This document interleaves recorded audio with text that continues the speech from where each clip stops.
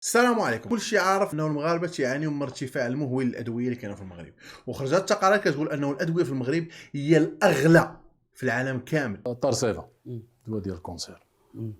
الثمن ديالو قبل ديال كان تيدير السرطان هذا الثمن ديالو كان تيدير 17885 درهم 19000 و885 درهم. نقولها حتى لبعض بطريقه مليون و140 الف المغاربه. هبطوا ليه الثمن، شحال ولا؟ دابا ولا ب 9450 درهم. دابا مزيان. زيد هي 180 الف ريال. مزيان هاد الرخصه، يعني هبط بزاف. واخا اه نفس الدواء شحال كيدير في الهند؟ كيدير 347 درهم 347 درهم. كان الفرق ديال مليون و100 وشحال و30 الف ريال زايده.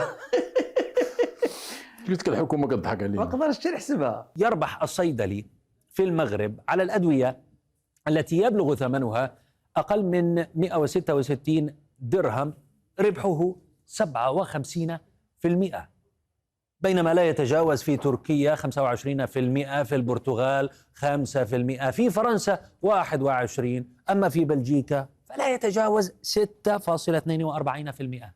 طيب يعني حنا كناخذوا الدواء بواحد الثمن اللي راه هو خيالي. هنا الناس تبدا تسائل، واش الصيدلي هو اللي كيربح ولا كيضرب فلوس ولا كيدير النص ديال الفلوس ديال الارباح ديال الادويه، ولا الشركات ديال الادويه؟ يعني هنا كتعرف انها كاينه مافيا هي اللي كتحكم في هذا الشيء هذا. بلا ما نهضروا على الواقع ديال مهنه الصيدلي في المغرب، واحد تيفتح، ما نقولش انا كل شيء ولكن الغالبيه كيفتح صيدليه، كيجيب ستاجير خدام يلاه كيتعلم. بعض المرات كتلقاه في المحل، بعض المرات لا، حيت تيبقى هو غير تيجيري، تيمشي للقهوه، تيمشي يخرج. ملي كتجي انت دوموندي على الدواء، مريض خاصك الدواء، ما كتلقاش، هو خدم، فهمتي الخدمه ديالو انه غير تيدوموندي من الشركه، تعيط على 3 ولا 2 شركات اللي كيعرف، كيجيب لك الدواء، كتبقى انت تسوفري تقريبا حتى العشيه عاد باش كيوصل لك الدواء. اللي جينا نهضروا على الواقع ديال هذه المهنه هذه غادي خصنا حلقه كامله، ولكن دابا اهم حاجه اللي نهضروا عليها، شكون اللي كيربح بزاف من الادويه؟ الدكتور الغالي غادي يوضح لكم الحقيقه الارباح ديال الصيدلي من الادويه اللي كيبيعها. بالنسبه لا بريمير ترونش ولا الادويه اللي الثمن ديالها كيقل على 280 درهم، كيتم احتساب الثمن المكتوب على هذا، هو الثمن ديال البيع يساوي هذا لو بري فابريكون اور تاكس زائد هامش الربح ديال الموزع اللي هي 11%، زائد هامش الربح ديال الصيدلي، زائد تيفيا. هاد هامش الربح ديال الصيدلي هو اللي هضر عليه المجلس الاعلى للحسابات فاش تيهضر على 57%، ف 57% من هاد الثمن وليس من هاد الثمن. بمعنى ان فاش المواطن كيشري دواء ب 100 درهم، ما كيعنيش هذا على ان الصيدلي كيربح 57 درهم في الدواء، هو كيربح فقط 57 من الثمن ديال الدواء لدى المصنع خارج.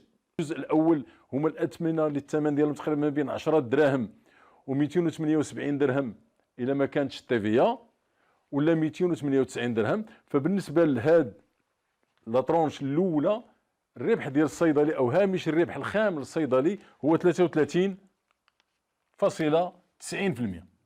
بالنسبه للطرونش الثانيه وهي الاثمنه الادويه اللي الثمن ديالها ما بين 298 او 278 على حساب واش فيه التيفيا ولا لا، وهذه نقطه اساسيه، لان لا حيدنا غير التيفيا غادي يبان لك شحال غادي يهبط الثمن ديال الدواء. والادويه اللي الثمن ديالها ما بين 929 و 994 درهم. هنا الهامش الربح ديال الصيدلي ما كيبقاش 33.90 كمعدل، كيولي 29.70. اذا هذا الثمن ديال الادويه اللي ما بين 298 و 994 درهم.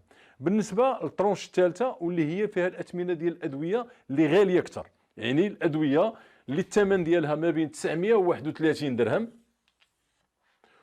و 2099 درهم. هامش الربح ديال الصيدلي لا يتغير، كيبقى هو 300 درهم. بمعنى ان المواطن فاش كيشري الدواء تقول تقريبا ب 3000 درهم، الصيدلي كيربح فقط 300 درهم، ما كيربحش 57%.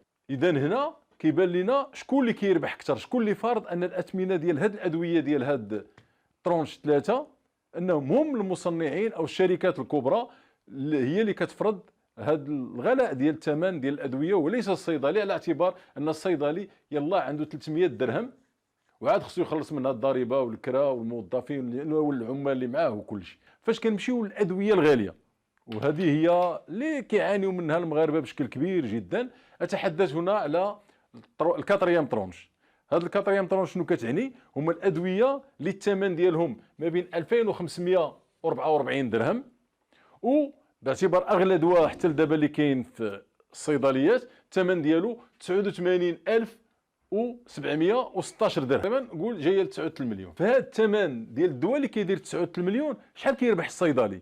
كيربح 400 درهم فقط.